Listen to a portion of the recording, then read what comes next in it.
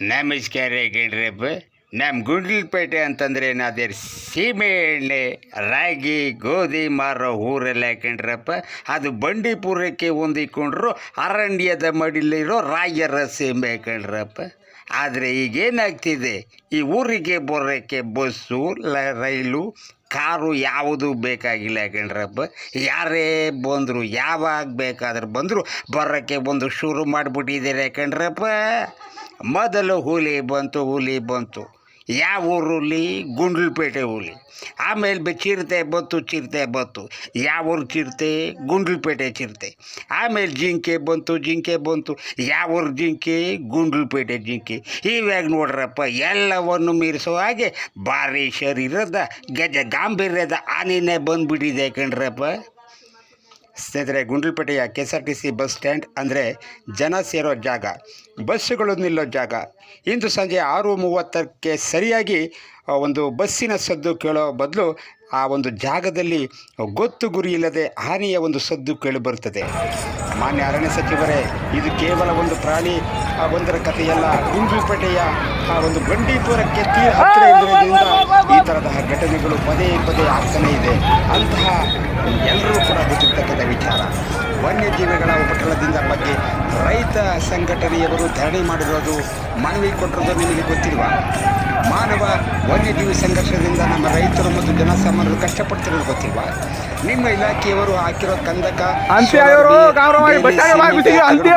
ಇದೆಲ್ಲವೂ ಕೂಡ ಹುಲಿ ಆನೆ ಚಿರತೆಗಳಿಗೆ ಒಂದು ಟೂತ್ ಪಿಕ್ ಥರನೇ ಕೆಲಸ ಮಾಡ್ತಾಯಿದೆ. ಹಾವಳಿ ಕಡಿಮೆ ಆಗಿಲ್ಲ ಅಂದರೆ ಬಸ್ ಸ್ಟ್ಯಾಂಡ್ ಮಾತ್ರ ಅಲ್ಲ, ನಿಮ್ಮ ಒಂದು ವಿಧಾನಸೌಧಕ್ಕೂ ಕೂಡ ಬರೋದಕ್ಕೆ ಶುರು ಆಗ್ತದೆ. ಆಗೋದ್ರಲ್ಲಿ ಯಾವುದೇ ರೀತಿ ಆಶ್ಚರ್ಯ ಪಡಬೇಕಾಗಿಲ್ಲ. ಸಚಿವರೇ, ದಯವಿಟ್ಟು ಗಮನ ಕೊಡಿ. ನಮ್ಮ ರೈತರಿಗೆ ಸೂಕ್ತ ಪರಿಹಾರ ಸಿಗಬೇಕು, ಕಾಡಂಚಿನ ಜನರಿಗೆ ರಕ್ಷಣೆ ಸಿಗಬೇಕು. ಇಲ್ಲದಿದ್ದರೆ ಆನೆ ಬಂದ ಒಂದು ಗುಂಡ್ಲಪೇಟೆಯ ಕತೆ ರಾಜ್ಯದ ಇತರ ಕಡೆಗಳಲ್ಲೂ ಕೂಡ ಹರಡೋದ್ರಲ್ಲಿ ಯಾವುದೇ ಕೂಡ ಅನುಮಾನ ಇಲ್ಲ.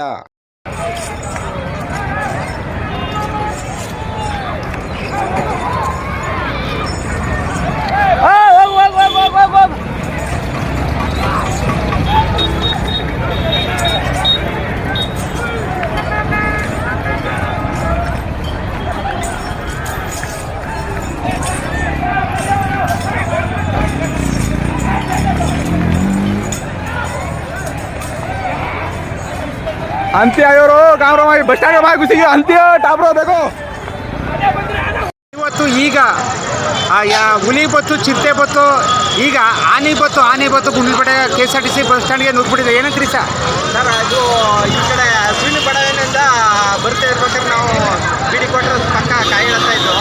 ಆವಾಗ ಅಲ್ಲಿಂದ ಆ ಕಡೆಯಿಂದ ಓಟ್ ಬಂದು ಇವಾಗ ಮೇನ್ ರೋಡ್ NH ರೋಡಿಂದ ಈಗ ಗೌರ್ಮೆಂಟ್ ಬಸ್ ಸ್ಟ್ಯಾಂಡ್ ಕಡೆ ಬಂದಿದೆ. ಈಗ ಸರ್ ಏನು ಸರ್ ಈ ಥರ ಆಗ್ಬಿಟ್ರೆ? ನೋಡಿ, ಹುಲಿ ಆಯಿತು, ಚಿರತೆ ಆಯಿತು, ಈಗ ಆನೆ ಬೇರೆ ಊರೊಳಕ್ಕೆ ನುಗ್ಗಿಬಿಡೋದಲ್ಲ. ಅವಕ್ಕೆಲ್ಲ ಈಗ ಕಾಡಲ್ಲಿ ಎಲ್ಲ